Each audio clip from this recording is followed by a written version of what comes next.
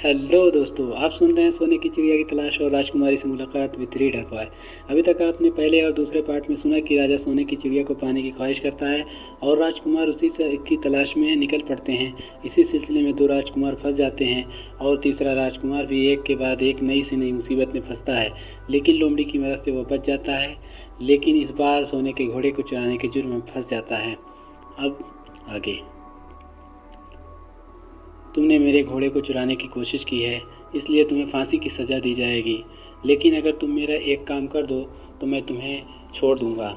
यहाँ से कुछ ही दूर पर एक सोने का महल है और उसमें बहुत सुंदर राजकुमारी रहती है। अगर तुम अपनी जान बचाना चाहते हो तो उस राजकुमारी को मेरे पास ले आओ। तुम्हें इनाम में यह सोने का घोड़ा दे दूंगा। बेचारा राजकुमार फिर से एक नई मुसीबत में फंस गया। उसे मजबूर होकर राजा की शर्त माननी पड़ी। अब वो सोने के महल की खोज में निकल पड़ा। कुछ दूर चलने पर फिर उसे वही लोमड़ी मिली। पता नहीं कैसे लोमड़ी को सारी बातें मालूम हो गई थी। वह बोली, देखो तुमने इस बार भी मेरी बात नहीं मानी।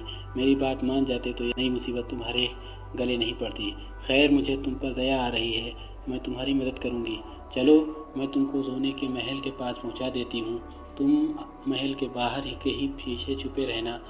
जब उसमें से शाम को राजकुमारी तालाब में नहाने के लिए बाहर आए तो तुम आगे बढ़कर उसका हाथ पकड़ लेना।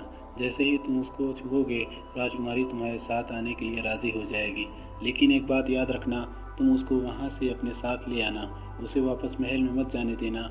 वह तुमसे कहेगी कि मैं अभी अपने माता पिता से मिलकर आती हूँ, लेकिन तुम उसकी बातों में मत आना, वरना फिर मुसीबत में फंस जाओगे। यह कहकर लोमड़ी ने फिर से अपनी पूँछ फैला दी और राजकुमार उस पर बैठ गया। देखते देखते लोमड़ी हवा में उड़ती हुई कुछ देर बाद सोने के महल के पास जा पहुंची। महल के पास पहुंचते ही राजकुमार एक पेड़ के पीछे जाकर बैठ गया।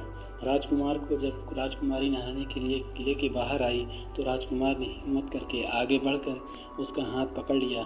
उसके छूते ही राजकुमारी उसके साथ चलने के लिए राजी हो गई। वह बोली, राजकुमार, तुम मुझे जहाँ भी ले जाना चाहते हो मैं तुम्हारे साथ चलूँगी, लेकिन मुझे थोड़ी देर के लिए अपने माता पिता से मिलने दो। राजकुमार ने कहा, नहीं, यह नहीं होगा, तुम्हें तुरंत मेरे साथ चलना पड़ेगा। लेकिन राजकुमारी रोने लगी। इतनी सुंदर राजकुमारी को रोते देखकर राजकुमार का मन पिघल गया। अंत में वह राजी हो गया और बोला, जाओ, थोड़ी देर के लिए माता पिता से मिलाओ, लेकिन फिर तुरंत बाहर चली आना। लेकिन राजकुमारी ने जैसे ही किले में पैर रखा, किले के पहरेदार जाग गए और उन्होंने राजकुमार को पकड़ लिया। राजकुमार बहुत पछताया, लेकिन अब क्या हो सकता था। सिपाहियों ने उसे अपने राजा के सामने पेश किया। राजा बहुत निराश था। उसने उसी वक्त हुक्म दिया, इस राजकुमार को फौरन फांसी पर चढ़ा दिया जाए। यह सुनकर राजकुमार रोने गिड़गिड़ाने लगा। इस पर राजा ने थोड़ी ही देर विचार करने के बाद कहा, मैं अपनी आज्ञा वापस नहीं ले सकता, लेकिन अगर तुम मेरा एक काम कर दो तो तुम्हारी जान बच सकती है। हमारे किले के ठीक सामने ये जो बड़ा पहाड़ है, अगर तुम 8 दिन में इस पहाड़ को खोद कर साफ कर दो तो हम तुम्हें क्षमा कर देंगे और राजकुमारी का विवाह तुमसे कर देंगे। राजकुमार किले के बाहर आकर पहाड़ को खोदने लगा। उसके हाथ में एक छोटी सी कुदाली थी। उसके समझ में नहीं आ रहा था कि इतना बड़ा पहाड़ 8 दिन में वो कैसे खोद सकेगा। फिर भी उसे अपनी जान तो बचानी ही थी, इसीलिए वह पहाड़ खोदने लगा।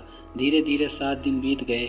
इतने दिन तक लगातार खोदने पर भी पहाड़ का सिर्फ एक कोना ही खोद सका था।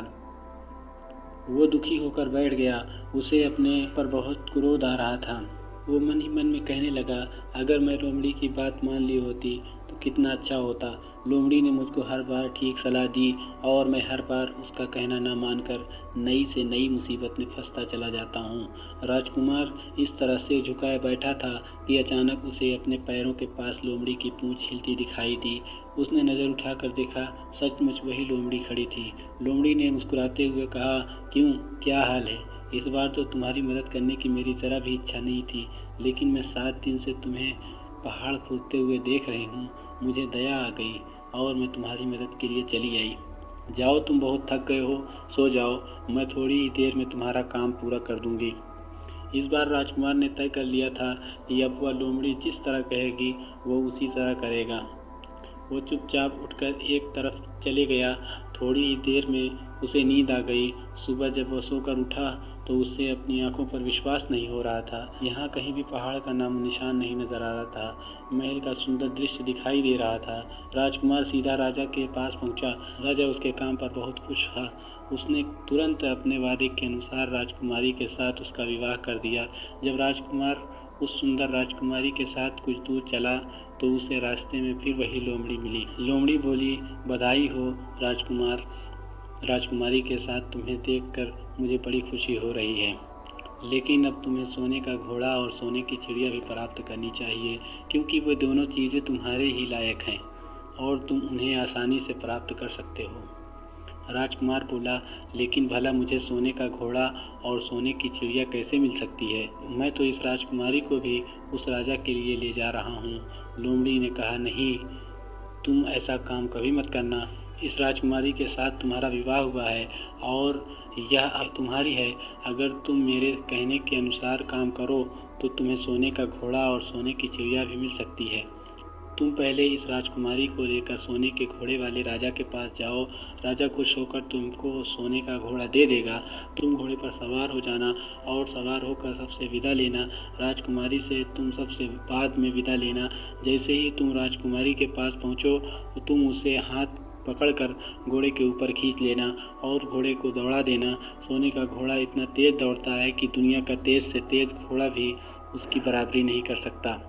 जाओ, तुम पहले इतना काम पूरा करो, इसके बाद आगे का काम मैं तुम्हें बाद में बताऊंगी। मैं तुम्हें वहाँ रास्ते में मिलूंगी। राजकुमार ने ठीक वैसा ही किया जैसा लोमड़ी ने उससे कहा था। जब सोने के घोड़े वाले राजा ने खुश होकर उसे इनाम में सोने का घोड़ा दिया तो राजकुमार उस पर सवार हो गया और उससे विदा लेने लगा। अंत में राजकुमारी को उठाकर घोड़े को तेजी से दौड़ा दिया। दोस्तों, इसकी आगे की कहानी जानने के लिए हमारे चैनल को सब्सक्राइब करें ताकि इसका नेक्स्ट पार्ट जब भी मैं अपलोड करूं तो आप लोगों तक नोटिफिकेशन पहुंच जाए। Thank you.